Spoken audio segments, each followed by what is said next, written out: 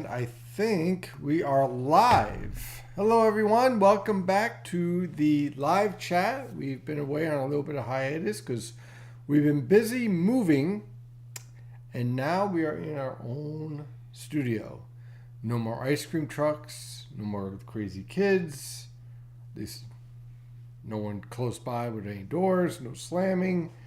We have our own office now, and it's all thanks to, well, a wide variety of people, but also in part due to you guys subscribing and helping out in that respect. So, of course, a lot of this is because of you guys, so I really appreciate it. But yeah, we're back. So before we start talking about the weather, I figured I'd just kind of show you around. But developing a new library here. It's just starting out. We're going to have a lot of new weather books. I'm going to share some of them. I have now the Buff Kit program over here. And with this Buff Kit program, we'll be able to look at other convective properties that we've been talking about. I haven't been able to use this program for a while now because it doesn't work very well on Apple computers. But we have another computer right here. And first, we have all our model data right here. And I can see all of you guys commenting and saying all sorts of stuff. So this is a great time, and very excited. Been dying to looking forward to doing this. So definitely excited to start a new adventure, and this is going to be a lot of fun.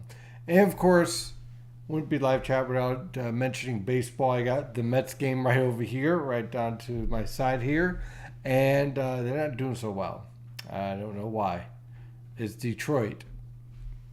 Do you think that they could beat Detroit? But I'll just leave that alone. For now, let's talk about what's been going on since the last time we had our little chat. Well, I forgot one thing. I forgot to add this.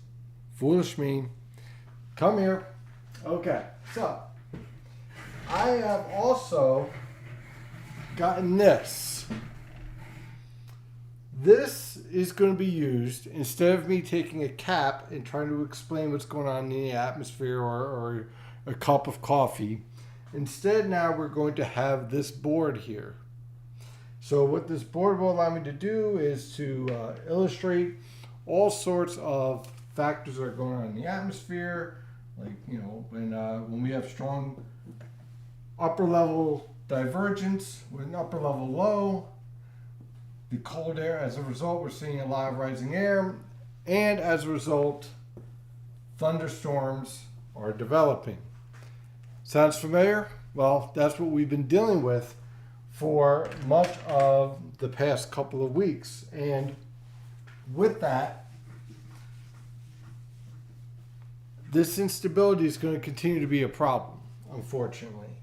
And it's going to be a theme as we go on through much of the upcoming spring and summer. We'll continue on this more in a few. Thank you, Susan. Okay, so what's been causing all of this? What's the primary backing behind all of this weather activity, from the tornadoes to the severe weather to the heavy rainfall? Boy, heavy rainfall, like 9 inches of rain on the Jersey Shore type of rainfall. What is happening? Well, let's take a look at what's going on in the Pacific. Right here is the main story. You have a developing El Nino starting to form here. We're not there yet, though. It's not a true El Nino yet, but it's starting to bubble up. Now, premium members, I sent you over in yesterday's discussion the research that goes into what happens when you have a developing El Nino and a negative PDO. Why is this important? Well, typically, when you have an El Nino or a La Nina, the evolution in the Northern Pacific kind of mirrors what's going on in the tropics. In this case, we're not seeing that. It's basically trying to fight itself. Let's see here. Picture insert. Okay, I'll see what I can do about that. Anyway, I'll answer everyone's questions in just a moment. So what's really kind of catching my eye here is that you're kind of having a counterbalance between what's going on in the northern Pacific and what's going on in the tropics. And the reason why that's important is because when you start to see the increased activity in the polar jet, in the subtropical jet stream, you're also seeing a ridge build over Canada and over the Pacific Northwest. Why is that important? Well, what's happening is that the subtropical jet undercuts the ridge, sends storm after storm into California through the plains, right? Typical, right? Then, because you get a strong ridge in the polar jet stream, you end up with a deep trough in the eastern United States. And that is where we start to see our interaction of these storms.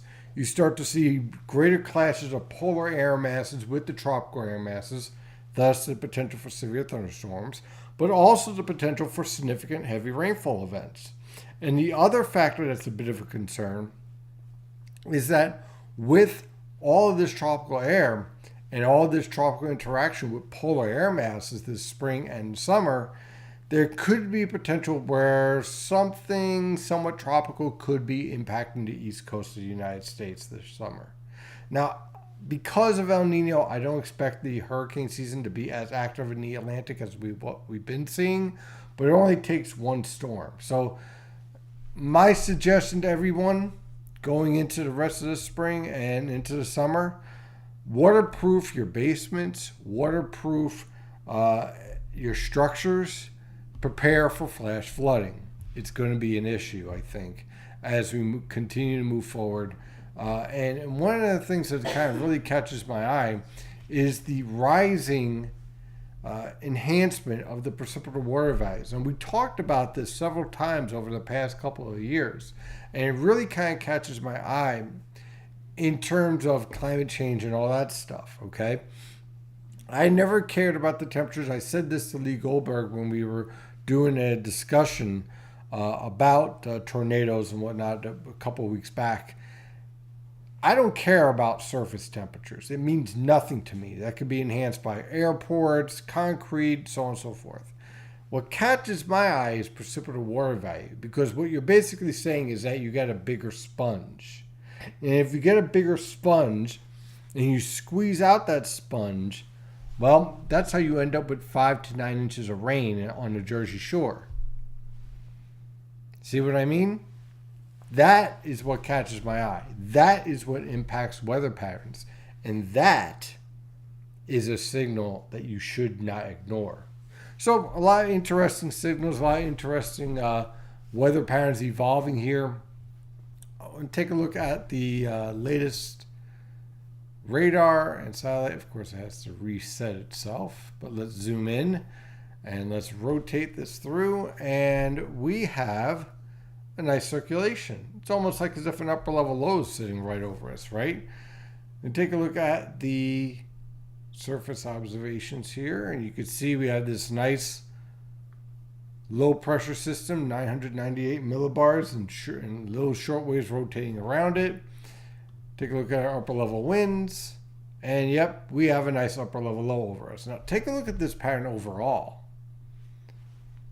Very amplified, but we're going to start to move into a more of a relaxed pattern, and that is because of what we're seeing here with the MJO moving through phases 4, 5, and 6. Whenever you get these phases, you can look for a more relaxed pattern, a higher potential for above normal temperatures. In the summer, your best potential for a heat wave is going to happen in phases 4 and 5. So we're going to have to definitely keep an eye on that as we move forward.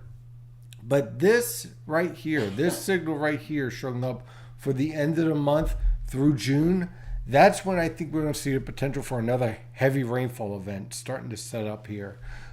Because this time period right here with the MJO in phases 7 and 8, and some guidance even a strong 7 and 8, would support an enhanced subtropical jet stream, an enhanced and amplified polar jet stream, and basically a repeat of what we just saw a couple of days ago. So it does certainly catch my eye. The end of this month into early June could be a bit of a problem for our neck of the woods. So over the next couple of days, with plenty of short waves rotating around, you're going to have potential for pesky showers here and there because of the instability. But then our pattern relaxes. Notice as we head into this weekend, the 500 millibar pattern is more zonal. So that means your Pacific air masses just run right across the Rockies and head towards the East Coast. Pull up 500 millibar PVA here. And you can see the upper level low exits. We slowly start to improve. We get a nice ridge axis for this weekend. And you can see the moderating 850 millibar temperatures setting up pretty nice weather conditions. Not anything that's well above normal or anything of that case, but certainly warmer conditions than what we've been dealing with. So my thoughts are, for now, the Pacific is fighting itself between a negative PDO and a developing El Nino, which act in such a way that enhances the potential for storms over the eastern United States and heavy rainfall. Don't jump to any conclusions about the cold season, though, on that. I know some of you already are thinking of it. There's a lot still that we have to work out before we can even touch that subject. Right now, no sign of any type of tropical development, which is still early. I mean, it's May, but we're not that far away from the start of the tropical season, less than 30 days away. So definitely keeping an eye on the Atlantic. But right now, nothing really stands out to be all that impressive. We do moderate as we head towards the weekend. The temperature is more seasonal for this time of year, but an active pattern is likely to return for the end of the month, and with it, the potential for some heavier rainfall and flash flooding. With that, because I've been away for some time, I know you guys have a ton of questions to ask here on the premium chat, and of course, here we have the YouTube as well. We'll take a look at that. So, and it's nice to be able to answer these questions looking at you rather than trying to do one of these and one of these and basically do a workout with my abs while answering these questions. So it's going to be nice. So let's see here. Let's dive into some of these questions. We start off with a sports question from Card. Of course, the difference between AL East and NL East 3 times at over 600, and Yankees at 16 and 15 are 8.5 out. They're 8.5 out? Wow. 16 and 14 are only. Well, you're 8.5 out because the Rays, they don't call themselves the Devil Rays, God forbid. The Rays went on a ungodly run. Now, they're going to fall back, okay? So that's why that is the case. Well, the Braves didn't win 20 straight, you know what I mean? The Rays did. So that's why you're where you're at. But look, I would say Mets and Yankees are going to be fine. It's just sometimes you start off slow. Baseball is a marathon, which is why I love it, right? Because the bad times you get rid of the bandwagon fans, and the good times you enjoy the game, right? That's how you have to look at it. Welcome back, Steve. We miss you. Thank you. I'm glad to be back. I'm excited to be back here in the thick of things. Saw that solar cycle 25 may peak as early as the end of the year or early 2024 rather than 2025. Interesting if correct. There is some conflicting data here, okay? So we're seeing a lot of activity here, with the sun. And there's some theories that would state because of the gravitational pulls within the sun that is causing a lot of these solar sunspots, that it could cause a peak to be early. This is only a theory. It's not proven in any way, shape, or form, and we don't have any observational data to really support that outcome just yet. But the theory is that because of what's going on with the sun and because the activity has been so ferocious, that it could reach that peak faster. Kind of like a long distance runner that decides to go into a sprint. Well, their endurance is going to get cut short because of that. And so as a result, you end up with a faster decline and an earlier decline. Right now, I don't really have the data to support that solution just yet, but we'll take a look and see how that works out. One thing I just want to check. Yeah, okay, the video looks good. There were some comments that maybe the when doing the picture-in-picture that it might be too small. We'll see if we can work that out, in the next live chat. But overall, the picture insert of you in your new lab is rather small. Will you increase the size when using whiteboard, etc.? Okay, so here, let me actually try that. You know what I mean? Let's. This is kind of like a test run in a way too, so it's kind of pioneering. So let's see if we could do that here. So we're gonna get our whiteboard. Yeah. I had some of those locked on them. I fixed that. That's why I was... There we go. Okay, see, that's why you have to have a great wife to help you out, because sometimes you're an idiot and you forget to undo the wheels, which is why I like dragging this thing. But yeah, I mean, this should come out much better now. Can everyone see this better now? Okay, so what we were talking about earlier, okay, with this situation going on. Okay, so here we have the United States, pardon the Mexico, and there's Florida, and there's the East Coast, blah, blah, blah, there, and that. I'll work on your drawing skills. Well, I'm kind of doing it fast. I know. But there you go. See, there's a boot right there. Kind of. I have to get thicker markers, I think, though. I might have something near you. Yeah. But here is the deal with this whole El Nino, PNA, EPO, PNA, PDO, all of them, A, B, C, D, E, F, G. Here's the situation. You have a lot of cold water here. And while that's happening, you're getting a lot of warm water here. Now the interaction between these two kind of counteracts each other. So, yeah, definitely probably thicker markers next time. But I'll look around for you. But basically, see, that's nice. What you end up with is you get this trough that constantly is showing up here in the subtropical jet stream that's marching across the United States and sending short wave after short wave after short wave through. And that's how you get all your severe weather. Good, good, okay. Meanwhile, in the polar jet stream, you get your trough here,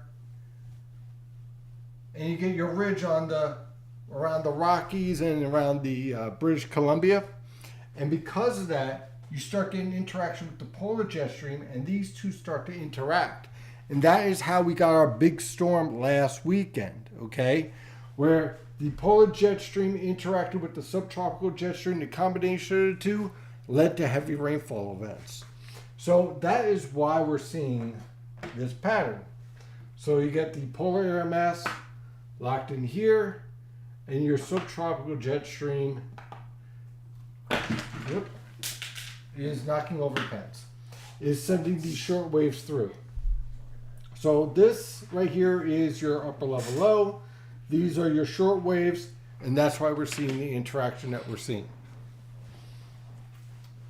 And that, ladies and gentlemen, is why I'm going to have a lot of fun with this board as we go through the spring and summer and whatnot. And I promise I'll be much better with my map drawing as we get forward. We'll work on it. I'll look around. I think I have some dry erase markers I can give you. That's where we stand with that. So, subtropical jet stream at 250 millibars is rip-roaring off the East Coast through the Gulf and the Atlantic Basin. If this keeps up, it will wreck tropical systems, won't it? Okay, let's pull that up here. All right. So, typically with El Nino, your subtropical jet stream, which is this pupper right here, it gets stronger and stronger. And it basically acts like a machete to any type of tropical system it tries to develop. So as a result, what you end up with is what we call a lot of shear and a lot of short waves that are much weaker. So that's why the expectation is for our Atlantic hurricane season to average below normal.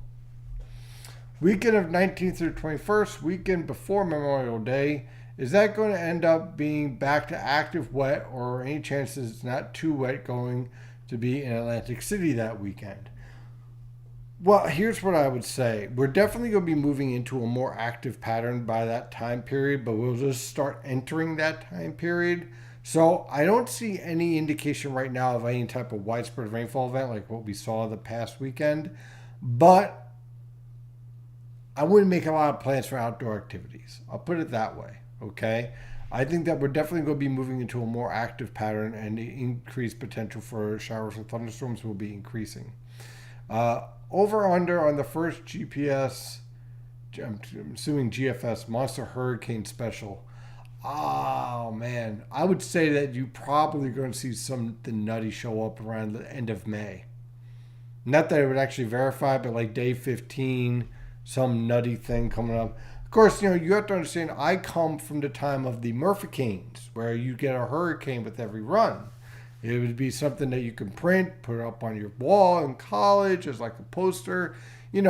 Most college majors, they put up a beautiful woman, a beautiful girl, a beautiful guy, whatever, that you're into up on your wall. Majors, we put up Murphicanes because we're weird. That's what we do. Okay, so that's something that you guys, especially some of you younger guys out there, younger guys and girls in meteorology, you just don't have that special connection of opening up a mall and having something absurd as a Category 5 hurricane in New York City. Seeing just the image on the weather lab is neat. Can see the details, the new shelves, etc. Yeah, I don't see Godzilla yet though. Yeah, we're actually we have to unpack him. We have multiple Godzillas that we have to spread throughout the entire house. So we're getting there. We're getting there. Sofa yet? Yeah, we do have to buy a sofa. That is a good point. Let's see what's going on in YouTube. Let's see here. Judy says she missed your talks. Thank you. Looking forward to a new weather lab. I hope you guys enjoy it. I like the new weather lab, Steve. Thank you, Carl. Hi, Steve. There's been a lot of talk about the Omega Block weather pattern. Is that unusual to see an Omega Block in early May? Not really unusual. The only thing that's really unusual is it's a bit further south than what I'm accustomed to during spring. But that can be attributed to the development and the interaction between what's going on in the Pacific, as we discussed. But overall, Omega blocks can happen any time of year. Okay, not just the winter. It's just that they're more pronounced in the winter because the polar jet stream is further south and far stronger because you have a far stronger thermal gradient. This year, we do have a little bit more pronounced thermal gradient, but not anything that is incredibly unusual. But certainly something that we're going to be keeping an eye on as the polar jet stream continues to remain relatively amplified. As we go later into May, will the threat of strong thunderstorms be in places like Trenton, Philly, Delaware, Central New Jersey? The short answer is yes. Here's the deal, right? In this type of pattern, you're going to see a lot more polar air masses interacting with tropical air masses. And the stronger that our negative PDO shows up and interacts with a moderate to strong El Nino, you're going to set up these interactions where you're going to get impressive clashes of air masses, strong vertical wind shear, and the potential for severe thunderstorms. The one caveat here is that if you have a storm track that is focused more towards the Great Lakes, your severe weather is going to be focused towards the Ohio River Valley, and your heavy rain events will be focused towards the Mid-Atlantic. So we'll have to watch to see how that storm track evolves. So I would say all of the above. Thunderstorms will be a threat. Heavy rainfall events will be a threat. It's going to be a stormy spring and summer based on what I'm seeing. Hope no tornadoes. Yeah, I'm kind of done with tornadoes. Thank you very much. After that last one ripped through and created all sorts of havoc around central Jersey, let's send all those back to Oklahoma, where people know how to deal with them and there's a lot of space. And hopefully it doesn't impact anyone. Let's see. So far, a lot of great questions here, guys. Outstanding. It's good to be back, I'll tell you that much. I would like to see the Mets winning here, but that's not going to happen. But what are you going to do? Oh, by the way, that reminds me. Let me pull this up here. We have a new weather observation equipment here at the office now, where we can actually look at the falling pressure and the temperatures and everything else like that right on the iPad right here. Here's what's really cool about it is that now I can actually track what is going on in our backyard and discuss it. So, for example, doing the updates about the heavy rainfall that was going on in central New Jersey. It's really exciting. This one is, the one I got is a Tempest, which is a pretty good. I mean, honestly, they're all pretty good out there these days. No matter which one you pick, it's all excellent quality equipment. There also seems to be a growing difference between low-level temperatures and temperatures of 500 millibars. Do you see this continuing? And if so, do you see it enhancing any storms that develop? Yeah, what you're seeing is the instability in the atmosphere. So let's pull this up here. Get rid of that. Thank you very much, Squarespace. They are not sponsoring. Okay, so we have a lot of cold air loft, right?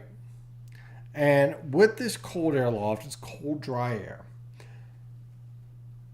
As we continue on through the spring, the one thing that I'm going to be keeping an eye on is this feature right here, if I can find it correctly. Okay. Nope, not that one. All right, let me see if I can pull it up. Basically, what I'm going to be looking for is the evolution of what's going on in the stratosphere, which is probably this data right here.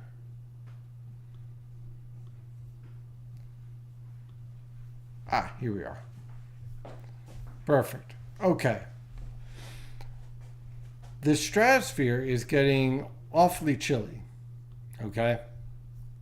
And because the stratosphere is getting awfully chilly, it means that we're going to see a greater potential for parcels in the atmosphere. And we'll use our little chart here. Okay, so down here are your parcels. Okay, and let me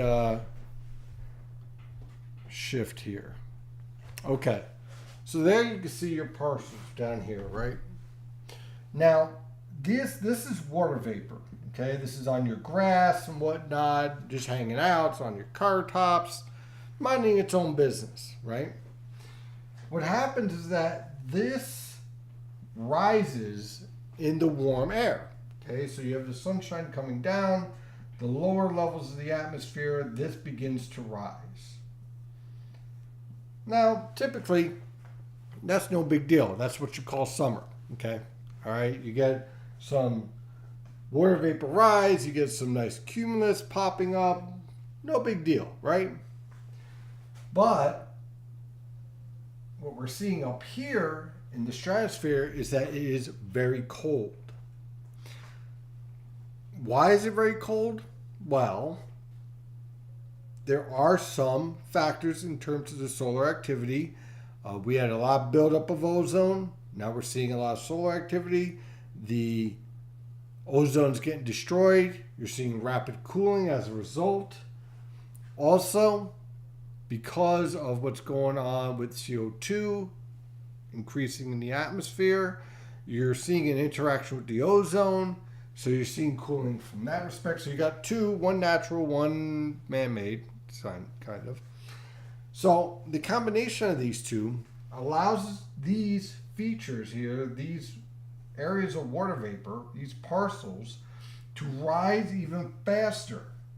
And instead of ending up here with a nice little cumulus, no big deal, they end up rising much higher because the stratosphere and the upper troposphere is much colder than normal.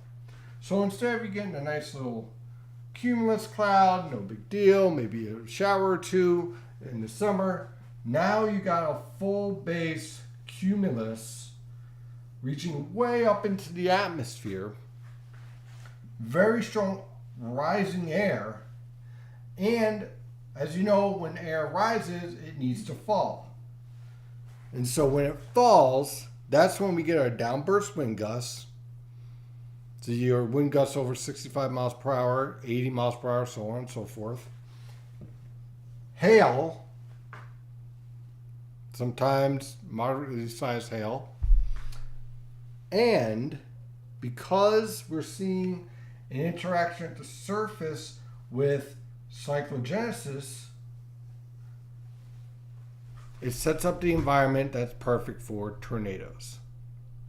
So it's not just one thing, it's a combination of things that are setting this up. And that is why we're seeing what we're seeing in terms of our more intense thunderstorms and the heavier rainfall. Because also, when this water vapor is rising rapidly and then slamming down towards the surface in this circulation, what produces this then is intense heavy rainfall that can produce rainfall rates 1, 2, 3 inches per hour, leading to flash flooding. So that is why we're seeing what we're seeing, and those are the factors that are causing what we're seeing. Several factors from our influence in the stratosphere, the troposphere, the urban heat-island effect, all those factors are coming together, and that's why we're seeing what we're seeing. Okay. So far, outstanding questions, as always, from everyone out there. Let's see.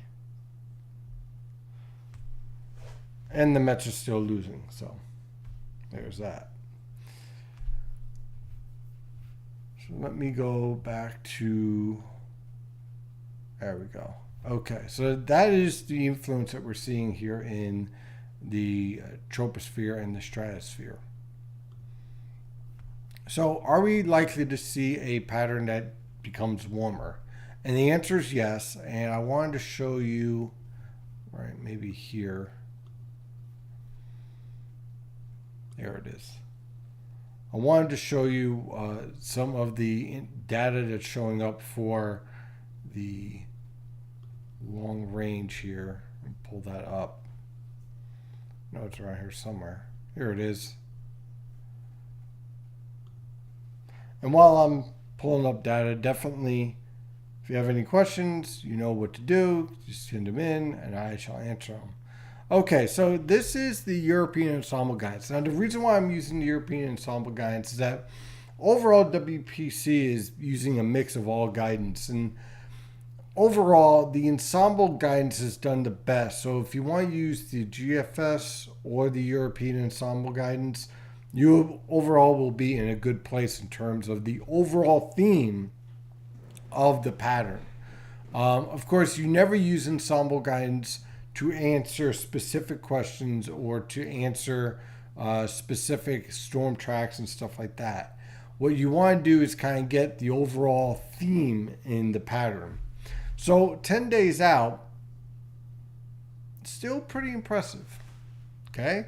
You have a nice trough here that's pushing into the Gulf of Alaska. But because it's pushing into the Gulf of Alaska, you're going to be able to drive a Pacific air mass right across the eastern United States.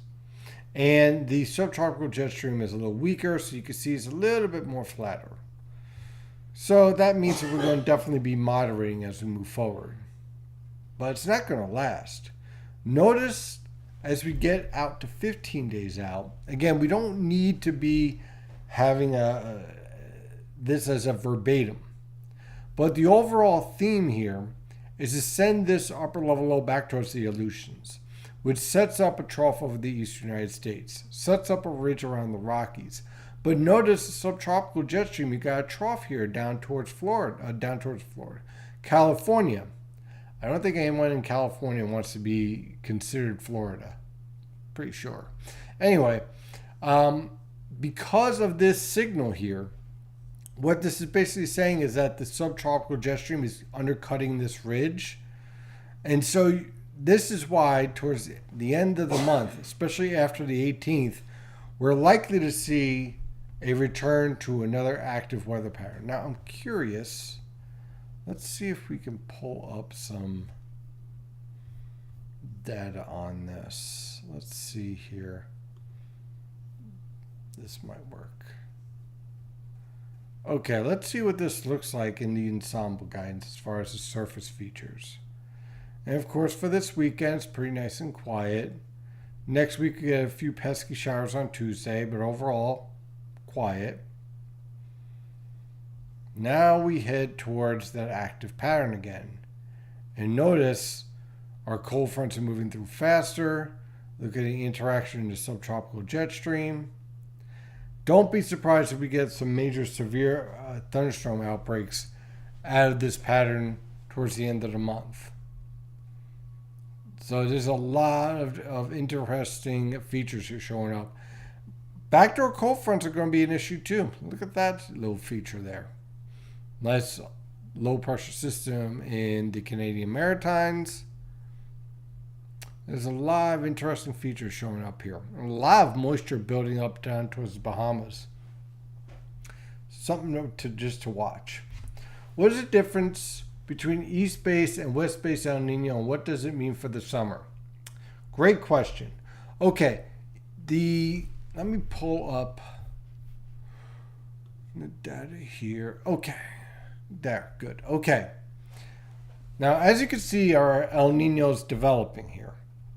You can see a lot of warm water in Nino 1+2.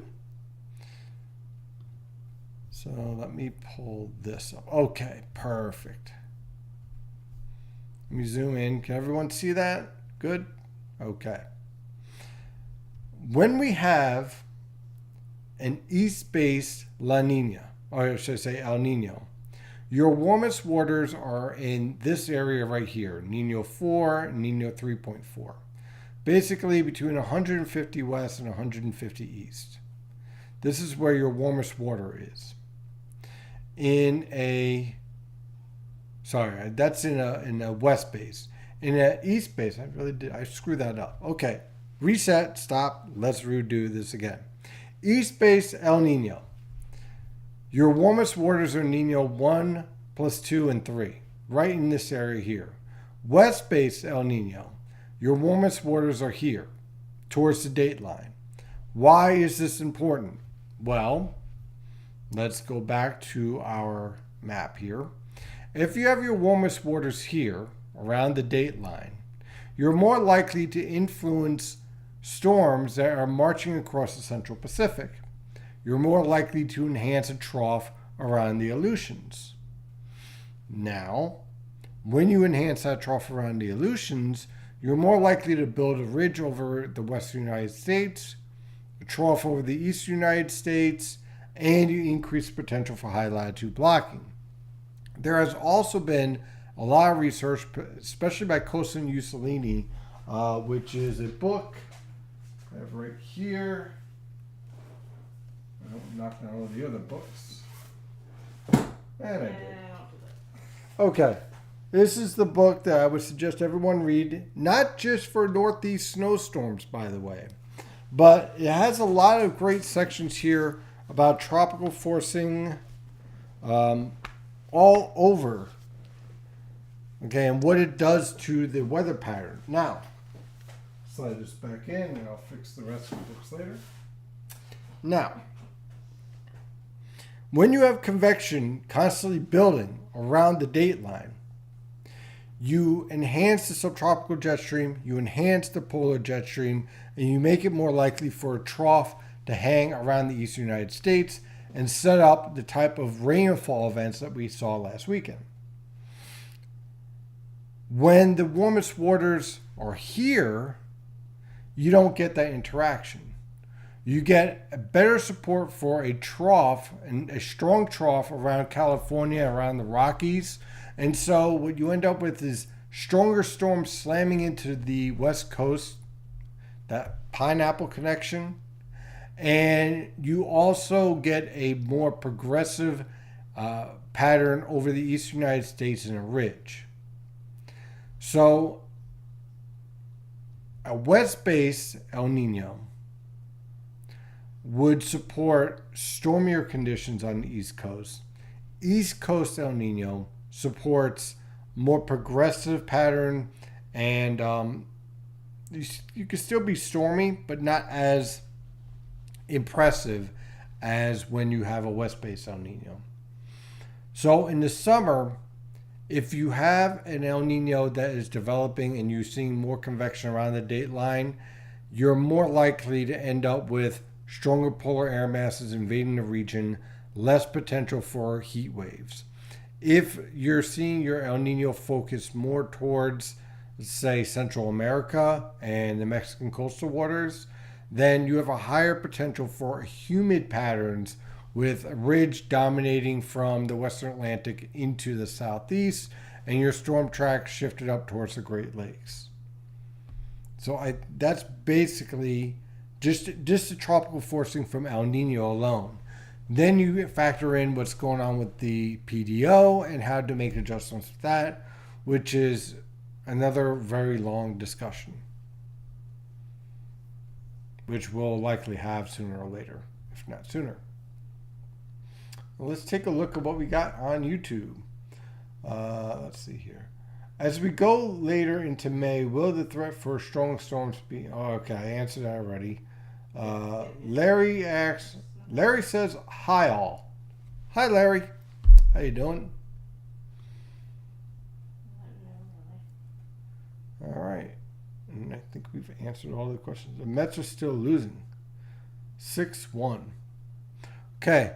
So what we need to do right now is that I think Steve Cohen needs to sue Major League Baseball for messing with our ace, and maybe just buy baseball altogether. Sick of this guy. Okay. Anyway. I'd like to apologize for my coughing. Well, you've been sick. Exactly. Yeah. You see, my wife has been sick with what we call sinus infection. Yeah. Now, see, here's my theory on sinus infections, is that they're not good. And I've decided that I'm going to run for president, and I will outlaw sinus infections. Yeah, that'll fix the problem. Everything else? Why not? Judy wants to know if Yes. you can tell her about tell everyone about the book again, and the title and the author. Okay, yes. Let me pull this up here. Okay, now, when the American Meteorological Society actually gets their website back up and running, because, hackers or something happened. This is a book I got when I was in high school, junior year. And, some people, they get excited about video game systems, new cars. This literally made my Christmas. And this is why my parents were awesome. This is called Northeast Snowstorms. There's volume 1 and 2. It's a bit pricey, but it's worth it. By Paul J. Cosin and Louis W. Ussolini. You guys might recognize Cosin Ussolini. Cosin was on the Weather Channel quite a bit. Ussolini was also on the Weather Channel, but he also ran the National Weather Service. Oh, hold it up. There it is. Hold it up good so that you can see it on the camera, dear. Here, I'll just hide under it. How's that? Can you see? Well, I didn't get that far. Good? It's a lag. Good. There's a lag. Much like tropical forcing, this video has a lag. So, there you go. So, it's really great because in volume 1, you get an overview of all the storms, right? And, that in itself is pretty cool. You get to see, all the upper level diagrams and whatnot. And it's outstanding. But let me show you volume 2. so I don't knock over all the other books I have here. All right, let's see here. I'm already doing that. Okay. Get in there, you. I probably should have just taken out volume 2 first. But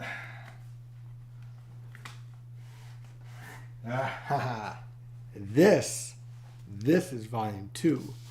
Now, this puppy right here is literally a walking college class, okay? It'd probably take about 2 years to read all of it, but it has a ton of research here, and they go over individual storms, and they go over various tropical forcing features. It is outstanding, the number of cases that you could study on here, okay? Just a ton.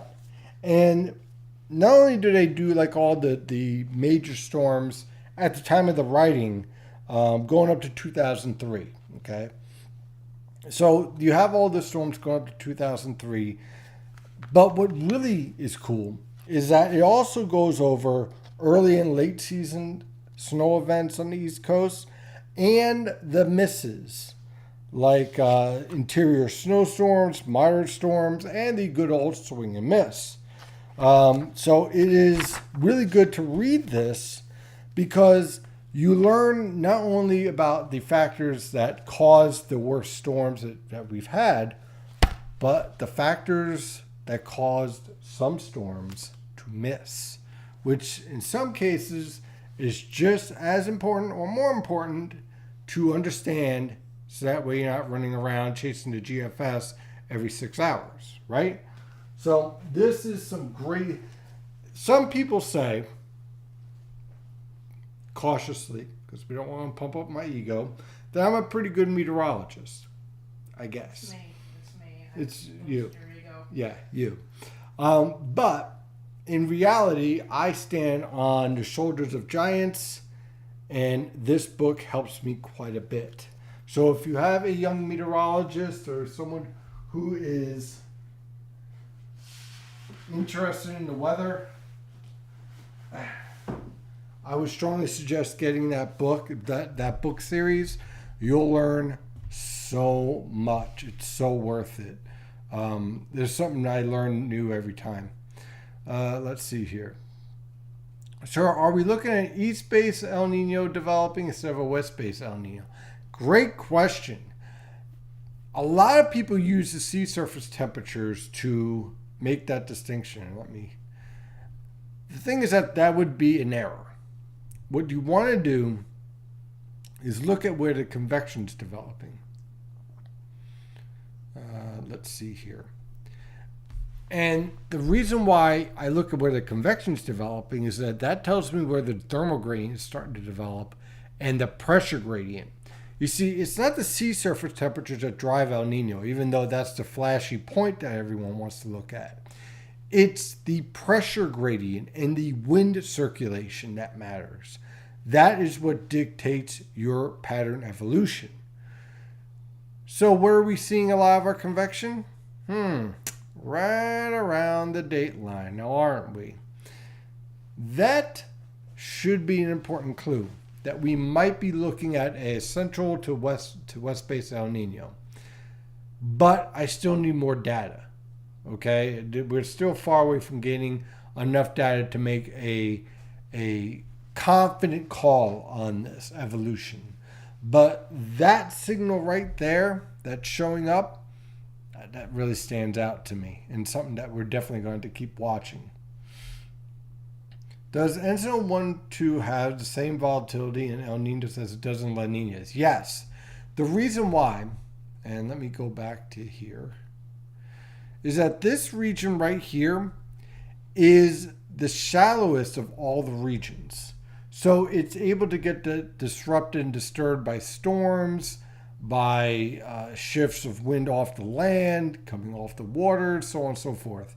It is very volatile, and you can see here, it is amped up quite a bit, but it has the potential of crashing just as fast as it's amplified. So I would never base a El Nino forecast on what's happening in Nino 1+2.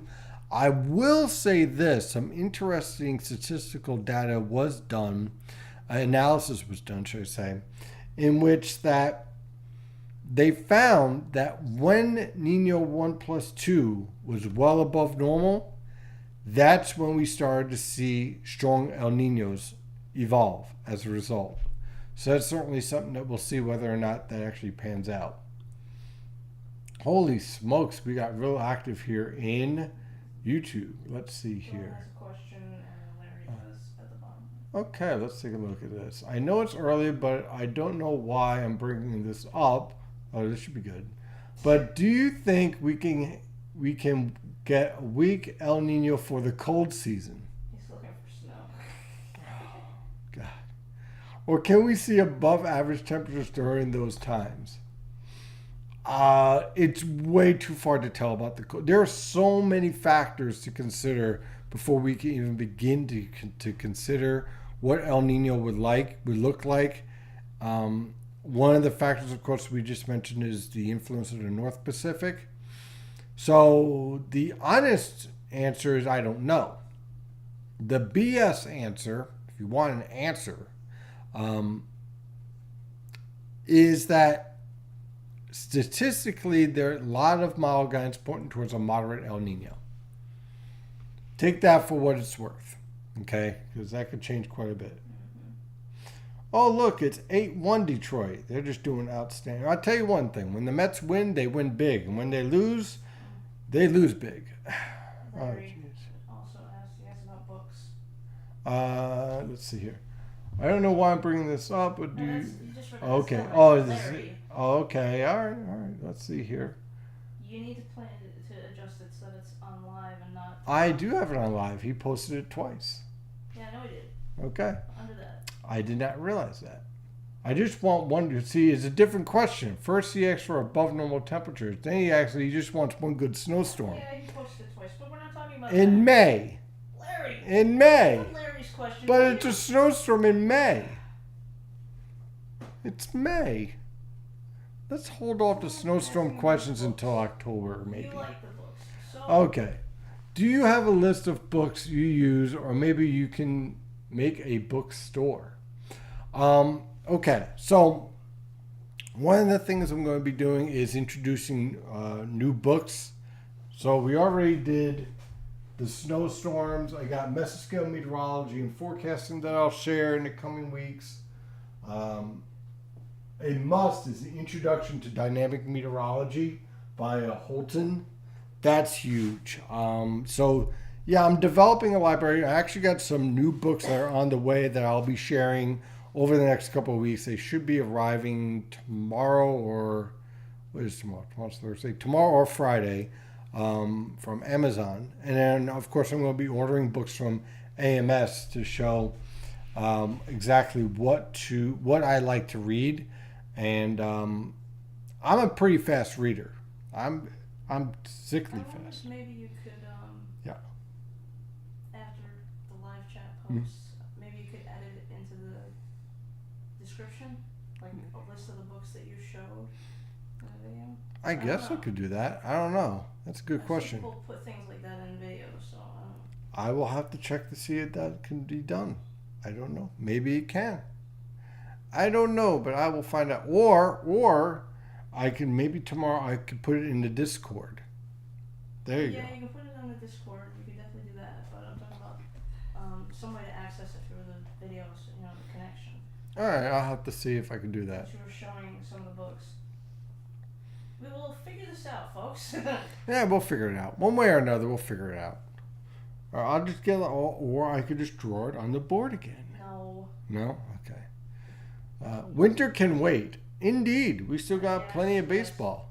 Although, look, all right, look, I love winter far more than summer. For one, I don't sweat to death in the winter, and I can always layer if it gets too cold out. I can always put on a hat, a scarf, gloves. You're alone with that, love. I mean, I can adapt.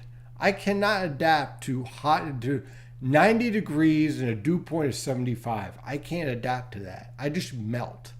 I literally walk out and I just collapse. It's like I take a shower and then I have to take another shower because I just walked outside for 2 minutes. I absolutely hate it. Oh God, somebody's asking about summer and fall. Coming in late to the discussion. Sorry if has been actually. What's our summer, early fall looking like for tri-state area? I can tell you the summer is definitely going to be very active, very stormy. I don't see a lot of heat waves in this pattern though. I really, really don't. Let's see here. Let's see. Back to the premium chat here. How long do backdoor cold fronts affect our region as we move to spring to summer? Typically, backdoor cold fronts are passed through June, and then they kind of lose their punch there after that. This year, I expect pretty much the same. Really, April and May are the apex of the worst time periods for backdoor cold fronts that can really create havoc to forecasters everywhere. It's not fun at all. The colder the water is in the Gulf of Maine, so let's pull that up and take a look here. In fact, here, let's see if we can zoom in here. Okay.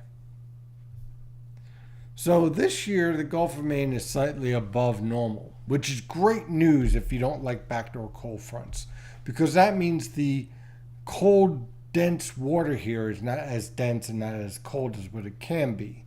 So that means that, yes, we'll have our backdoor cold fronts, but they may not be as strong and vigorous as they can be. You should play Pictionary on the whiteboard with us. That would be fun. Win, lose, or draw. Remember that show? Yeah. We can have a lot of fun when it's quiet. I mean, it's quiet now, but, that would be interesting. That would be a lot of fun. Or, you know what I could do? During winter storms, I can use this and try to find out, kind of see over under on the snowfall amounts and stuff like that. That'd be funny. Picture.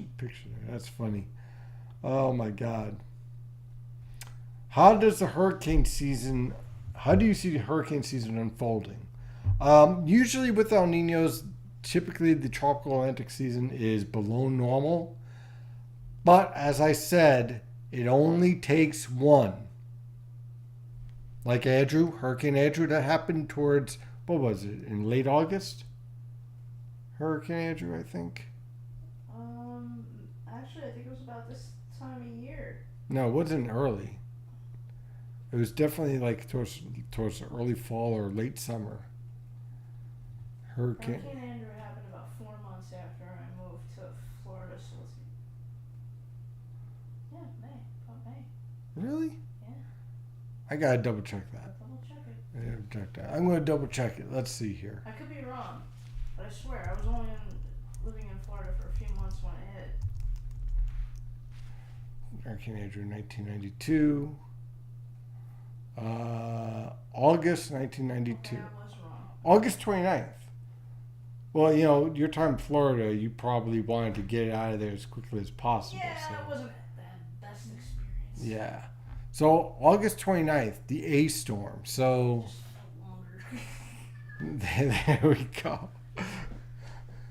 Okay. So humid and stormy, but not too hot. Got it. Yeah, pretty much. That's what. Look, that doesn't mean that we won't see a heat wave, just not many.